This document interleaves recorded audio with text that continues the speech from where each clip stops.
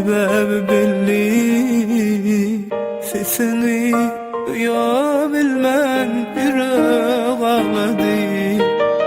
Denedim ben seni öve korkuna, hiç kimi yerine yürek almadı.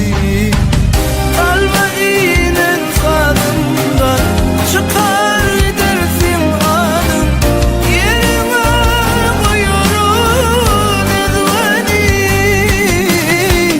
Derdimin muvarından sonra gelmenin kanım, İsleme yüreğim sevmeni.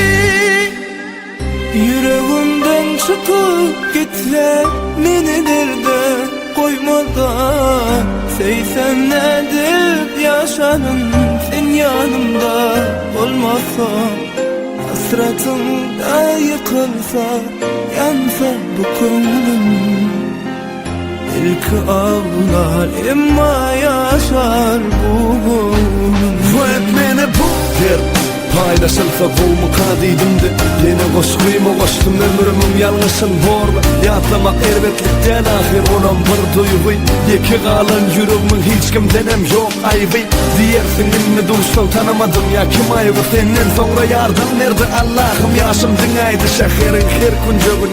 Bizi gör ya gözlerim, inni ol yerde bizlerle özgü aşıklar var. Görsedim bana çok inen seriye, sonra da boyun monlum.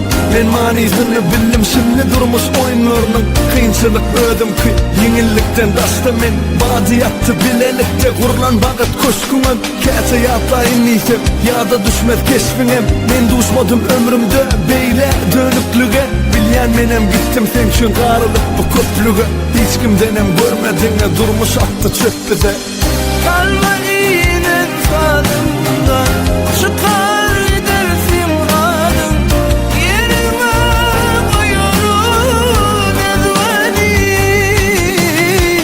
Derdimin muvarından sonra gelmenin kanım, İsleme yüreğim sevmeni.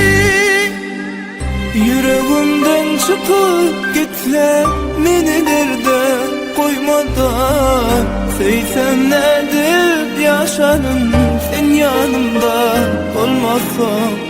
Hasretin da yıkılsa, yansa bu koynum, belki ağlar ama yaşar bu gönlüm.